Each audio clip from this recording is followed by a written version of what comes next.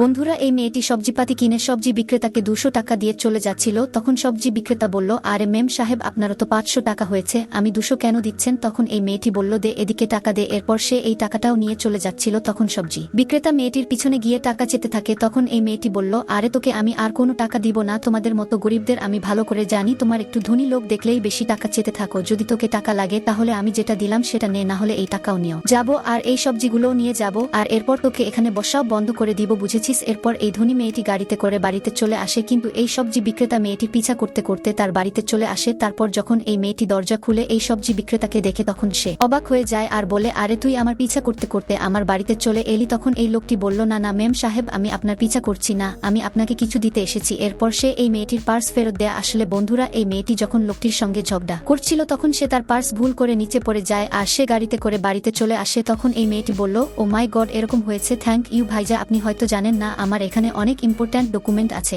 আর টাকায় আছে, যদি তুমি চেতে তাহলে এই পার্স থেকে তুমি টাকা নিয়ে এটাকে ফেলেও দিতে পারতে। তখন এই লোকটি বলল, না না মেম সাহেব, আমি এমনটা কেন করব? চুরি করে টাকা উপার্জন করলে মানুষকে সব খারাপ পথে চালনা করে, এইসব খারাপ কাজ করে আমি আমার পথ কেন খারাপ করব? আচ্ছা মেম সাহেব, আমি যাচ্ছি। তখন এই মেয়েটি বলল, দাদাও এই কিছু টাকা রাখো নিজের পুরস্কার ভেবে। তখন লোকটি বলল, না না মেম সাহেব, আমি তো আগেই বললাম আমি নিজের পরিশ্রমের টাকা নেই। আর মেম সাহেব, আপনাকে একটা কথা বলি, আপনাদের মতো ধনী লোক যখন আমাদের মতো গরিবের কাছে জিনিস কিনতে আসো তখন অনেক রাগ করে কথা শুনিয়ে জিনিস নিয়ে যাও, কিন্তু যখন কোনো বড় শপিং মল থেকে জিনিস কিনতে যাও তো তখন সেখানে তো কোনো রাগ দেখাও না আর কথাও শোনাও না। মেম সাহেব, এমনটা কেন? আমাদের মতো গরিবের কি নিজের পরিশ্রমের টাকাও নেওয়ার ভাগ্য নেই? মেম সাহেব, আপনি তো আমাকে পুরস্কার হিসেবে টাকা দিচ্ছিলেন, আমার এমন টাকা লাগবে না, খালি আজকের পর আমাদের মতো গরিবদের পরিশ্রম টাকা দিবেন আমাদের জন্য, এটাই অনেক ধন্যবাদ। বন্ধুরা, আপনার মতে গরিব মানুষের পরিশ্রমের মূল্য দেওয়া উচিত? যদি উচিত হয়ে থাকে তাহলে একটি লাইক দিয়ে আপনার মতামত জানান।